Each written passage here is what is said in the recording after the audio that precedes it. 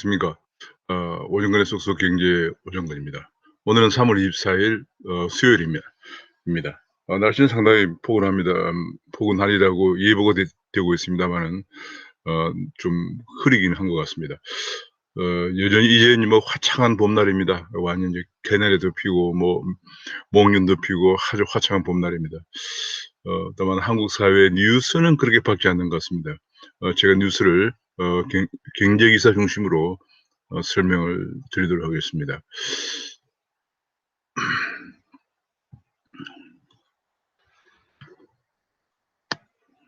오정근의 속속 경제 귀에 쏙쏙 들어가도록 경제 기사를 쉽게 들려드리는 명품 시사에서 3월 24일 아침편을 시작하겠습니다. 구독과 알림 설정을 눌러주시면 감사하겠습니다. 어제 뭐 가장 큰 뉴스는 가장 단연코 야권의 단일 후보로 야권의 서울시장 단일 후보의 오세훈 전 시장이 결정되었다는 소식입니다. 오세훈 시장은 정말 지난번 국회의원 선거 때에도 사실은 앞으로 당의 큰 지도자가 되기 위해서는 험지에 출마해야 되지 않겠느냐, 이런 당의 그 요구에 두말 없이 그냥 바로 그 다음날 추미애 전 장관이 6선을 기록하면서 당대표까지 가게 했던 광진구에 그야말로 엄청난 오랫동안 추미애 장관이 다져온 그 좌파가 조직이 아주 완고하게 견고한 성을 이루고 있는 광진구에 출마하는 그런 결기를 보였습니다. 거의 아마 제 기억으로는 사전 투표한 개함 때문에 지게 되었는데, 사실은 거의 사전 투표한 개함 전까지는 승기를 잡을 정도로 그야말로 대단한 그런 투쟁을 험지에서 투쟁 결과를 보여주게 했던 분입니다. 일단은 그 오세훈 후보의 단일 후보 선정에 축하를 드리고 좋은 결과 있기를 바랍니다. 오세훈 후보는 당선 단일 후보 선정 소감에서 정권 교체의 길을 열라는 시민의 준엄한 명령을 받을 것이다, 이런 결기를 또 보였습니다. 그런 가운데서 이번 서울시장 선거가 박원순 전 시장의 성추행으로 인해서 유고가 되어진 시장 자리를 뽑는 선거인데도 불구하고 어제 임종석 전 청와대 실장이 비서실장이 박원순이 정말 몹쓸 사람이었나 하는 그런 글을 페이스북에 올리면서 박원순은 가장 청렴한 공직자였다, 이런 걸 올리면서 또 2차 가해 논란이 제기되고 있는 2차 가해 논란에 불을 지폈습니다. 이는 뭐 여러 가지 원인이 있겠지만은, 배경이 있겠지만은, 민주당이 지금은 비상 상황이라서 박원순을 옹호하면서 핵심 지지층의 결집을 노린 것이 아니냐, 그런 분석이 나오고 있습니다. 이와 관련해서 이제 아마도 이번에 오세훈은 물론이고 박영선까지도 주택 공급의 공급 확대의 필요성을 공감하면서 지금 박원순 시장 재임 10년 중에는 거의 뭐 손도 못 대고 있던, 그야말로 금기시대에 왔던 음마 아파트나 잠실 5단지, 강남의 핵심 아파트 단지의 재건축이 풀리지 않겠나 하는 기대가 솔솔 나오고 있습니다.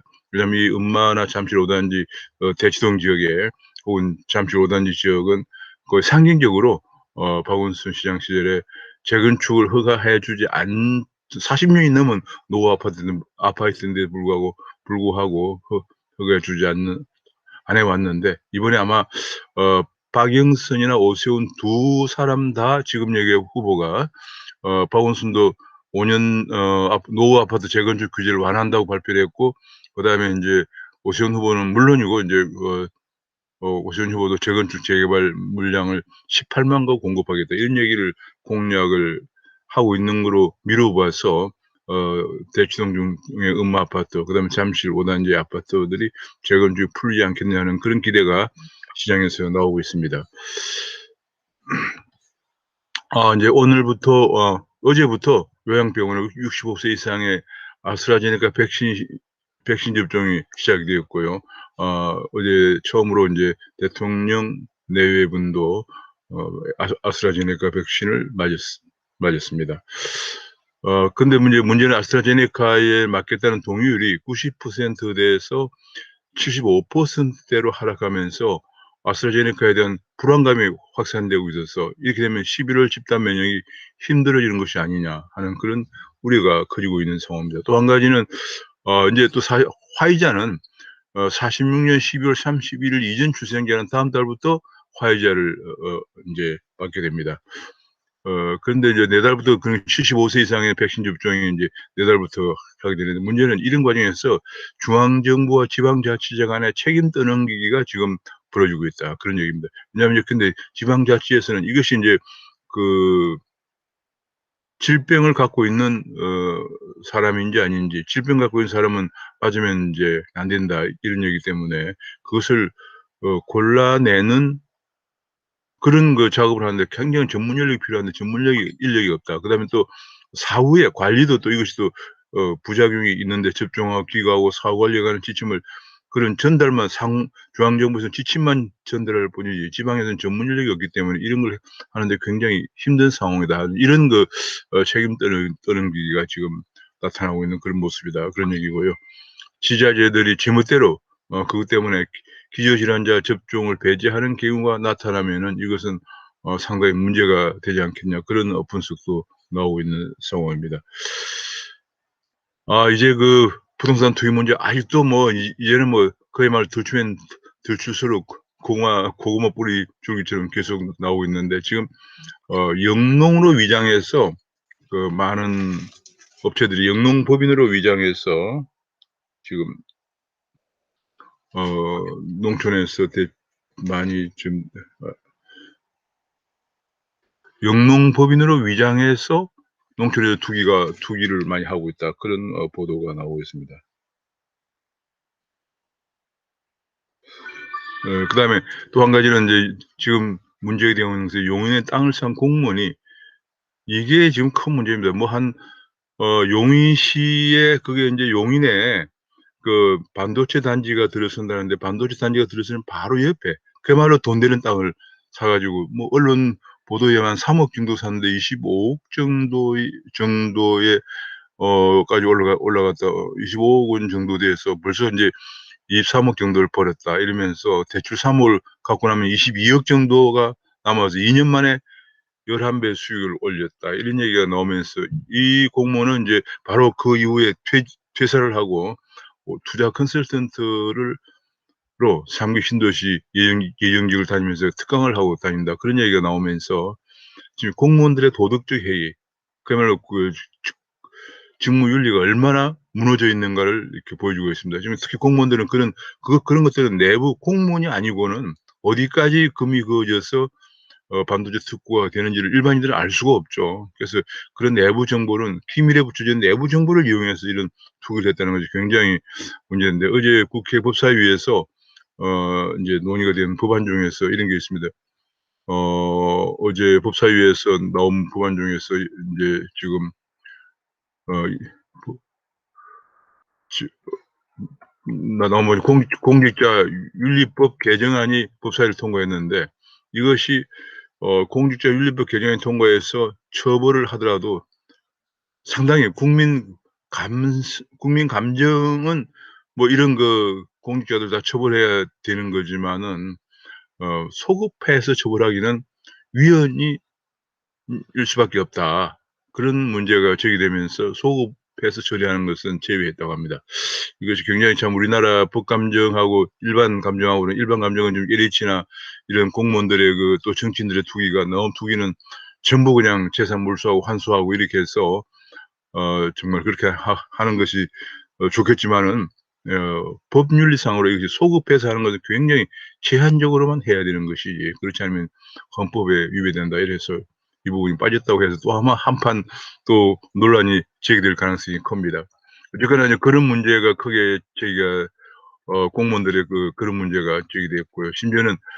그래서 심지어는 용인의 한 시민단체에서 밤샘을 하면서 3주 동안 등본 600장을 뒤져서 약 한 50여 명의 의심 사례를 발견했다, 그런 얘기입니다. 그러니까 이게 이제 공무원들이나 아니면 관련 직원들을 등본을 다 근처에 조사해서 지금 시민단체들도 활동도 정말 대단합니다. 이게 지금 무슨 시민단체냐면 원산면 거기가 이제 원산면이거든요. 용인군 용인시 원산면인데 원삼주민통합대책위원회에서 3주 동안 밤을 새면서 다 시행업에 있는 분들인데도 밤을 새면서 등본 600장을 뒤져서 대체로 한 50여 건 정도 의심 거래를 적발했다. 그런 얘기가 지금 나오고 있는 상황입니다. 그런데 불구하고 이제 또 한 가지는 이제 그 이사 공급 대책의 후속 입법이 이런 그 투기 문제로 인해서 사실상 처리가 안 되면서 이사 공급 대책의 동력 상실이 현실화되고 있다. 지금 뭐 이달 말까지는 토지 보상이나 사전 청약 등 국토위의 일정이 없어서 처리가 늦어지고 있다. 지금 모든 그 지금 초점이 이 투기 문제에 집중되면서 되고 또 LH의 신뢰 문제, 심지어는 뭐 LH의 계획 문제가 대두가 되면서 미사 공급 대책 동력이 상실되고 있다는 보도가 나왔고요. 지금 이런 문제는 결과적으로 부동산 실패를 감추려고 하는 속임수에서 비롯된 것이다. 예를 들면 이제 6억 원 이하 공시가격에는 세금을 줄인다고 하지만은 곧바로 공시가격 현실화율이 2030년까지 90%로 올라가기 때문에 곧바로 세금이 곧 증가하게 되는데 내년 대선을 위해서 한시적으로 국민을 속이고 있는 것이다. 그런 얘기를 지금 하고 있고요. 더구나 이런 공시가격을 조사한 부동산 원 직원이 520명인데 이들이 1,383만 가구를 다 조사해서 1인당 평균 26만 6천 가구를 조사했기 때문에 거달기식으로 조사했을 수밖에 없다. 그런 얘기가 계속 지적이 되고 있습니다. 그래서 여기 시뮬레이션 결과를 보니까 향후 10년 동안을 추산해 보면은 정부 얘기대로 지금 당장 금년에 내년 대선이 있는 금년에만 6억 원 이하 재산세가 줄고 나머지는 계속 올라간다. 이런 얘기가 나왔습니다. 이게 얼마나 국민을 지금 기만하고 있는 것이냐. 이런 보도가 언론에서 지금 나오고 있습니다.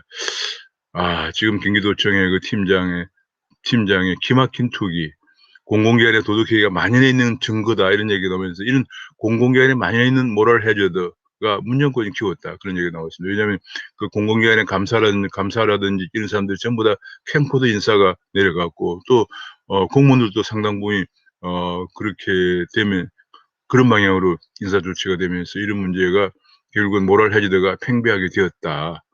그야말로 조국 사태 이후에 핑가르기에 자기 편의는 불법과 공정을 애써 외면해 오면서 공직기관을 다잡아야 할 청와대 민정수석실이 제 역할을 하지 못했기 때문에 이런 것이 생긴다. 그런 얘기입니다. 최근에 뭐 청와대 민정수석이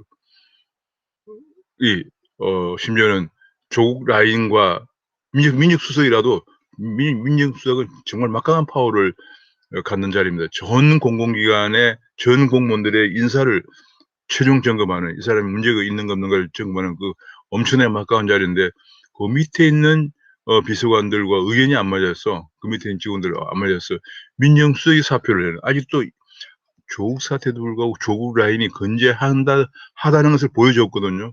이렇게 되면서 지금 정말 제 역할을 민정수석이 이렇게 되면 제 역할을 할 수가 없죠. 이렇게 되면서 이런 공직자의 모랄 해저들을 문정권이 키웠다는 그런 지적이 나왔습니다. 공직자 이해충돌 방지법을 그래서 이제 몰아치고 있는데 이게 지금 8년 동안 기류가 안 되고 있다가 어제 이제 상임위 통과를 초읽기라고 합니다. 왜냐하면 이 공직자 이해충돌 방지라고 하는 것이 공직자가 일을 하는 과정에서 개인의 사익과 공익이 충돌하는 문제에 대해서 그런 경우는 이제 사익을 추구하면 안 되는 거죠.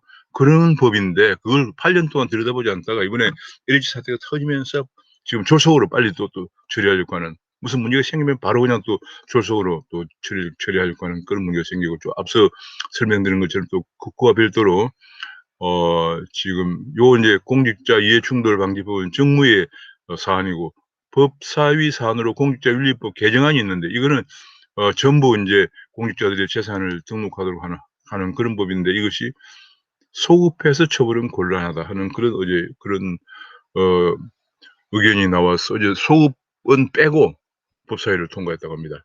그래서 이제 앞으로 전 직원들이 재산을 등록하는데 도로공사나 농어촌공사도 포함되어 있다 그런 얘기고요. 지금 현재 청년들은 월세를 전전하는데 LH는 투기를 전전한다 그런 그 얘기가 나오고 있어. 아주 상징적인 얘기가 나오면서 우리 사회에 지금 분열과 갈등의 씨앗이 되고 있다.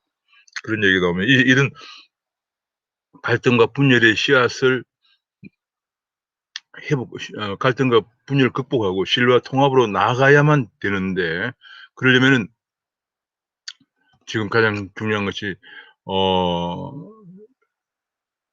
지금 정부에서는 이런 해법에 골몰하는 게 아니고 재정 투입만 골몰하고 하면서 규제 계획은 나몰라라 하고 있는데, 그렇게 되면 재정만 악화되고 해결이 안 된다, 그런 지적이 나오고 있습니다. 현재 자영업자 위기도 양극화도 심화되고 있고, 근데 확장 재정, 큰 정부이면서 동시에 규제 철폐도 할 수 있어야 한다. 꼭 정부가 필요하다면 정부를 하면서도 규제를 철폐해 줘야 되는데, 규제는 더 강화를 하고 있기 때문에 이렇게 지금 계속 악화되고 있다. 그러면서 더구나 또 캠코드 인사 등등 해서 그런 공직자 윤리까지, 도덕 해이까지, 윤리도 무너지고 도덕 해이가 심해지면서 더욱더 이런 문제가 심화되고 있다, 그런 지적이 나오고 있습니다. 또 한 가지 인제 업계 쪽에서 여러 가지 진흥법, 발전법들이 많습니다. 한국처럼 진흥법, 발전법이 많은 게 없는데, 그래서 한국에 온갖 진흥원, 발전원, 개발원이 많습니다. 사실 진흥원, 발전원 이런 것들이 사실은 없는 것이 가장 좋습니다. 왜냐하면 진흥원이다, 개발원이다, 발전원이다, 이런 것들이 대개 보면은 경쟁력이 없는, 어떤 업종에서 경쟁력이 없는 회사를 지원해 가지고 키우려고 하는 것들이거든요. 그러다 보면 자생적으로 경쟁력이 있는 기업들은 오히려 도태가 되는 문제가 있습니다.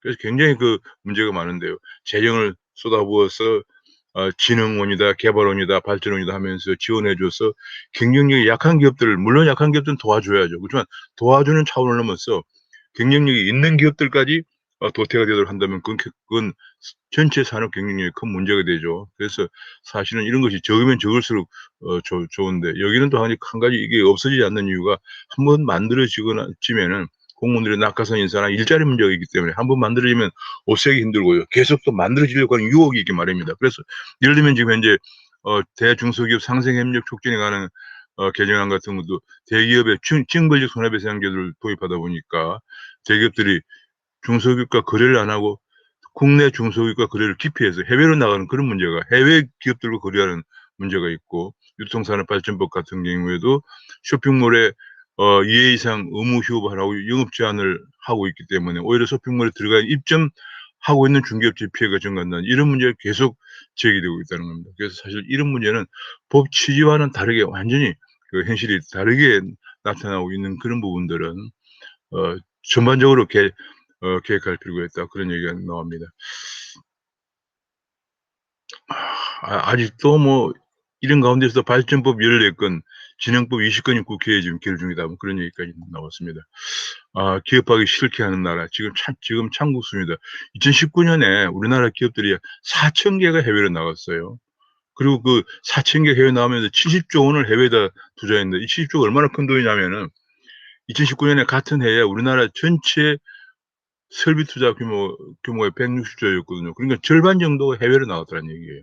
그래서 지금 이렇게 되면 일자리가 안 생기는 거죠. 그래서 일자리가 지금 현재 해외에서는, 미국이나 일본에서는 리쇼어링만 해도 2018년 19년 이런 때 600개, 800개씩 리쇼어링을 하고 있는데, 우리는 10개 안팎의 리쇼어링을 했는데, 그나마 들어와서 보니까 정부의 무관심, 그다음에 과도한 기업 규제 때문에 절반은 그냥 후회하고 있다, 이런 보도가 나오고 있습니다. 그래서 정말, 그리고 인제 그러다 보니까 근데 최근에 주목을 받던 발언 중에 하나가 이해진 네이버 의장이 돈을 안 불어 줘오니까 한국의 신사분 가급적 피하자고 하면서 사업의 핵심 축을 일본으로 옮기고 있다, 그런 보도가 나왔거든요. 지금 사실상 이게 우리나라가 얼마나 지금 일자리 정부라고 해서 출범 초기에 청와대 일자리 상황판까지 걸었던 정부입니다만, 이런 식으로 해서 기업을 해외로만 내쫓으면 1년에 4천 개의 기업이 우리나라 총 설비 투자의 절반 정도를 해외에서 투자하게 하고는 국내 일자리가 생길 수가 없는 거죠. 자, 근데 한 가지 또 반가운 소식은, 삼성전자가 한국과 미국과 일본의 1위 이동통신사에 5G 장비를 공급하게 됐답니다. 아직은 우리나라의 삼성전자의 5G 통신 장비 시장 점유율이 6.4%밖에 안 되지만은, 지금 화웨이가 제일 높습니다. 화웨이가 32.8%, 에릭슨이 30.7%로 높습니다만은, 그러나 이제 우리 삼성전자도 5G 통신 장비 공급 대열에 합류했다는 게 굉장히 중요하다 생각을 합니다. 지금 KT는 지금 거듭되는 변신을 도모하고 있는데 4천억 투자해서 디즈니와 협력해서 콘텐츠를 승부를 걸겠다, 그런 얘기입니다. 그래서 지금 얘기가 CJ 출신 콘텐츠 전문가를 영입해서 지금 OTT 사업에 진출한다, 그런 얘기죠. OTT가 온라인 동영상 서비스, 여기에 진출해서 지금 현재 KT가 앞으로 드라마를 100개를 만들겠다, 그런 얘기를 좀 했습니다. 그렇게 해서 넷플릭스 독주에 맞서겠다, 이런 얘기를 했는데, 한국 OTT 시장이 현재 뭐 급성장하고 있다. 근데 몇 년 전만 하더라도 1,000억 원 정도였는데 2020년에 7,800억까지 성장할 정도로 급성장하고 있다. 특히 이제 이게 비대면 시대에는 OTT 시장이 극장을 가능보다는 집에서 온라인 동영상을 보는 그런 시장이 급속도로 늘고 있죠. 거기에 발맞춰서 지금 디즈니와 손을 잡고 또 그렇게 하겠다. 지금 현재 한국에는 넷플릭스, 디즈니가 있고, 그다음에 국내에서 이제 KT가 도전장을 던지고 있고, 웨이브, SKT가 웨이브라는 그런 OTT를 가지고 있고, 그다음에 티빙이라는 것도 지금 CJ에서 하고 있는 티빙, 그다음에 쿠팡은 주로 스포츠 중계 이런 걸 통해서 지금 OTT 시장에 진출하고 있다, 그런 얘기가 나와 있습니다. 지금 계속 자동차용 반도체가 수급 차질 때문에 현대차가 드디어 생산 조절에 돌입한다고 합니다. 그래서 반도체 시장이 지금 전부 다 보면 한국의 반도체 시장 아주 약합니다. 지금 보면 반도체 시장의 세계 시장 점유율이 한국은 지금 보이질 않습니다. 그러니까 지금 이게 정부가 대만에 가서 반도체 SOS를 타진했다, 그런 얘기입니다. 연봉을 참 대단합니다. 우리나라 연봉 킹은 NC소프트의 김택진 대표이사인데 작년 연봉이 184억 원이었다고 합니다. 그다음에 CJ의 이재현 대표가 회장이 123억, 롯데 신동빈 회장이 112억 원이었다고 합니다. 주요 전문 경영인, 이렇게 오너가 아니고 주요 전문 경영에서는 김민환 삼성전자 부회장이 82억 원, 박정호 SK텔레콤 사장이 73억 원, 그다음에 고동진 삼성전자 사장이 67억 원 등등을 기록했습니다. 여민수 카카오 대표도 64억 원을 기록했군요. 은행권에서는 윤종규 KB그룹 회장이 26억 원으로 최고를 기록했고, 그 외에 하나그룹 김정태 회장이 26억 원 등등 나와 있습니다. 정권보험 쪽에서는 미래에셋대우의 최인만 수석 부회장이 40억 원을 받았다고 합니다. 어마어마합니다.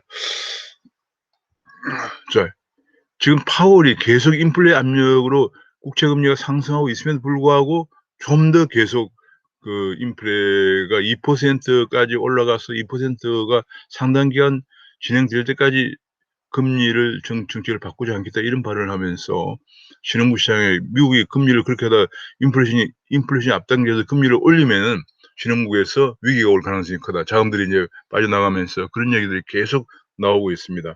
그리고 지금 미국 연준은 한국과 달라가지고 한국은행은 물가 안정이 목표, 한국은행 목표는 한은법에 물가 안정과 금융 안정인데요. 미국의 연준은 물가 안정과 더불어서 고용 안정이거든요. 그러다 보니까 고용을 맥시멈 고용, 이래서 이제 실업률 4%를 달성하기 위해서 계속 이런 정책을 하고 있고, 또 파월이 개인적으로 굉장히 비둘기파 성향을 보이고 있는 것도 중요한 변수입니다. 바이든이 이번에 3조 달러의 인프라 패키지를 추진한다고 합니다. 얼마 전에 1조 9천억 달러의 그 코로나에 대응하는 그런 경기 부양안을 통과시킨 이후에 다시 또 3조 달러를 이제 추진하고 있다. 그건 주로 이제 그랜디들 같은 인프라에 투자하는 건데, 바이든이 이거 외에도 교육이라든지 헬스케어 등등에 지금 10년간 10조 달러를 계승하고 있는데, 문제는 이렇게 되면서 이것이 명목 GDP의 47%에 해당한다고 합니다. 이 47%는 이 정도의 재정 지출은 대공황 때 뉴딜 정책 규모가 GDP 대비 40%였다고 합니다.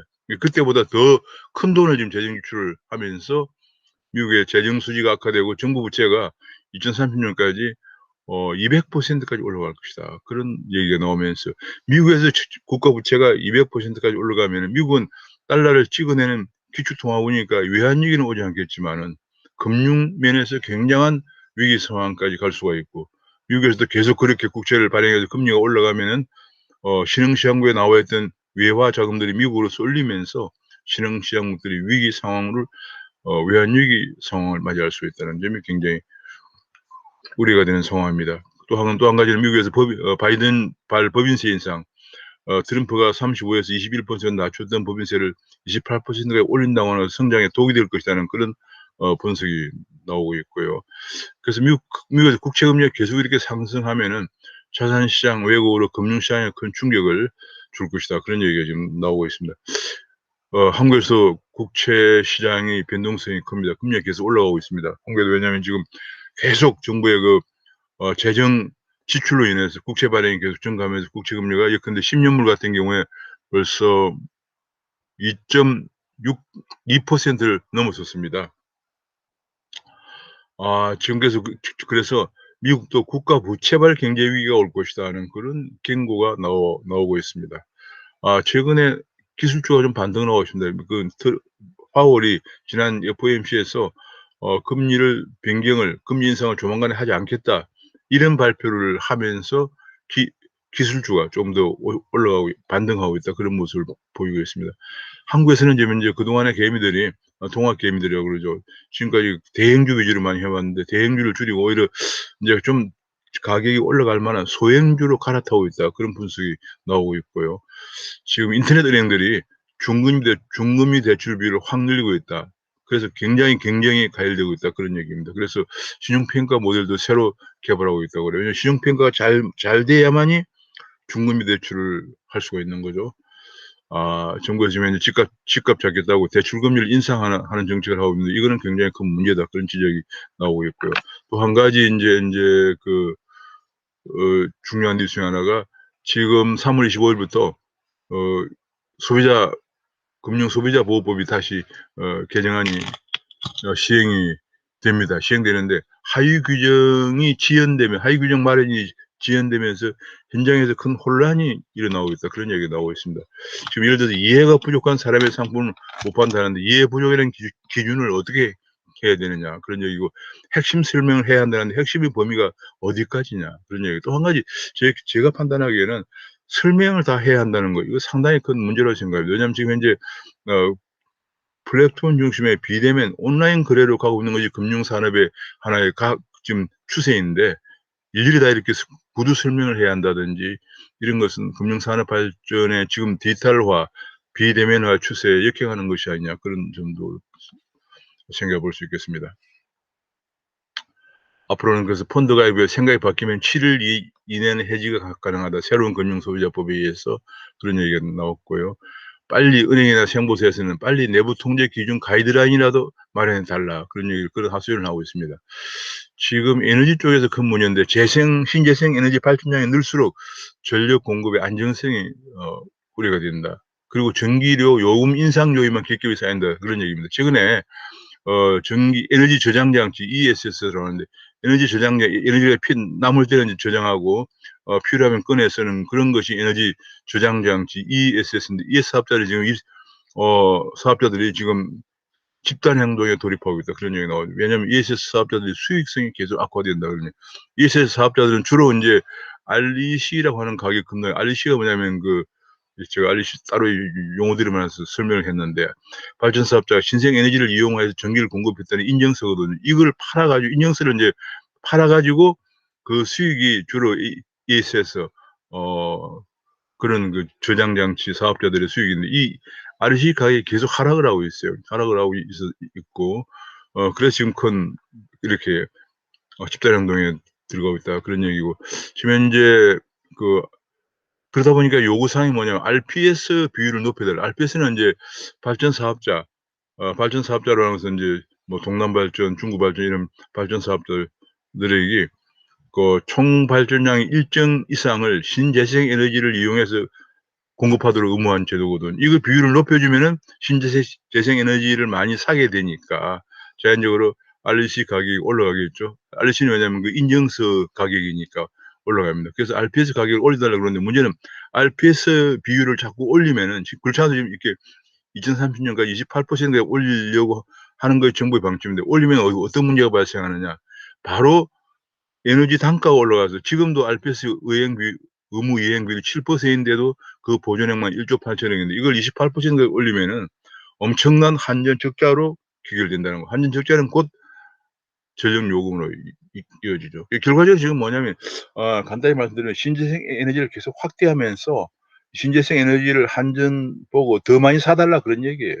더 많이 사달라. 그렇게 하면 이제 한전의 그 에너지 가격, 에너지 이제 그 구입 가격이 단가가 올라가면서 전기 요금이 올라갈 수밖에 없는데, 지금 현재 우리는 전기차를 포함하지만 거의 모든 게 이제 전기를 이용한 제4차 산업혁명이 진행 중에서 이 전기요금 가격이 계속 이렇게 올라가면은 4차 산업혁명 자체가 타격을 받을 수 있다는 것이 이제 큰 문제가 되어 있습니다. 그리고 이제 저번에 작년 12월 9일에 바뀌었던 그 대주주 의결권 3% 제한 룰 때문에 이게 지금 뭐 외국의 사모펀드나 국내 외국의 헤지펀드나 뭐 사모펀드들의 경영권 흔드는 문제도 문제지만, 지금 현재 당장 나타나고 이번 주 초를 통해서 나타나고 있는 것이 형제나 숙질 간에, 형제나 숙질난, 그러니까 친인척 간에 이제 아무리 대주주가 지분을 많이 가지고 3%밖에 의결권 행사하지 못하니까 3%가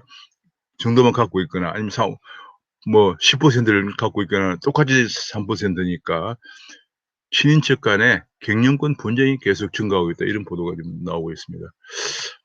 지금 우리나라가 수출한 원전 UAE에 수출했던, 이명박 정부 때 수출했던 건데, 이제 거기서는 상업 발전에 들어간 다음에 상업 운전에 돌입하고 있는데, 똑같은 모델의 신한울 1호는 6년 넘게 심사만 하고 있다. 우리 탈원전을 하고 있다 보니까 이런 일이 생기는데요. 이게 심사만 하고 허가를 안 해주는 거예요.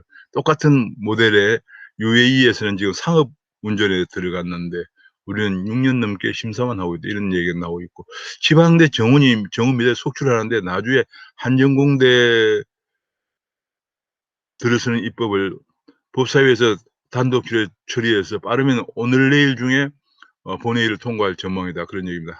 전남 나주에다 한전공대를 만들어서 지금 이제 학부 400명, 대학원 600명의 학생을 하는데, 이게 그 운영비가 6,210억 원이 든다고 합니다. 연간 641억 원이 들어가는 어마어마한 돈을 전부 그 정부나 공공기관 출연으로 운영하는데, 더구나 이게 적자인 발전 회사에다가 분담을 하고 있다, 그런 얘기입니다. 참 이게, 더구나 한전이 부천 누적 부채가 132조에 달하는데 설립비 6,210억 원을 부담을 하도록 하고 있다 합니다. 참 이게 꼭 이렇게 해야 되나? 어떤 특정 지역에 이런 지방 대학에 지금 다 좋은 미달 때문에 난리인데 구조조정해야 되는 문제가 크게 대두가 되고 있는 중에 또 이렇게 지방에다 이런 대학을 만들어야 되나 하는 그런 얘기가 좀 나오고 있고요. 자사고 취소에 이단 제동이 걸리고 있다. 그래서 계속 그 자사고를 취소했는데 이것이 계속 자사고 취소가 되고 있다. 법원에 의해서 취소가 되고 있다, 그런 얘기가 나오면서 교육부의 정책이 혼란만 키우고 있다, 그런 얘기가 나오고 있고, 암호화폐 거래소가 오늘 3월 25일부터 내일부터군요. 암호화폐 특검법이 시행되면서 암호화폐 거래소 100곳 중 한 90여 곳은 대출될 것이다, 그런 얘기가 나오고 있는데, 주요 내용이 뭐냐면 가상자산 사업자에게 금융권 수준의 자금 세탁 방지 의무를 부과하는 것인데, 특히 이제 금융정보분석원에 신고를 의무하고, 그런 시설을 다 갖추었는지 신고를 의무하고, 실명 확인 입출금 계좌 발급을 의무하고, 정보보호관리 측의 인정을 획득해야 되는데 이걸 지금 갖추지 못한 거래소가 한 90여 곳은 된다, 그런 얘기예요. 지금 현재 실명 계좌 확인을 갖고 있는 데가 업비트, 비썸, 코인원, 코빅 같은 데밖에 없다, 그런 얘기예요. 그래서 지금 이게 바로 내일 시행되기 때문에 이곳의 거래소에 신고를 하지 못할 정도 영세의 거래소와 거래하는 투자자들은 지금 굉장히 제 생각으로는 지금 빨리 투자금을 찾는 것이 좋지 않을까 싶습니다. 왜냐하면 잘못하면 이게 찾지도 못하고 현금화도 못하는 그런 문제가 생길 가능성이 우려가 있다, 그런 얘기입니다. 그러나 지금 현재 내일 시행되는 특검법에도 소비자에 대한 보호 장치가 취약하다.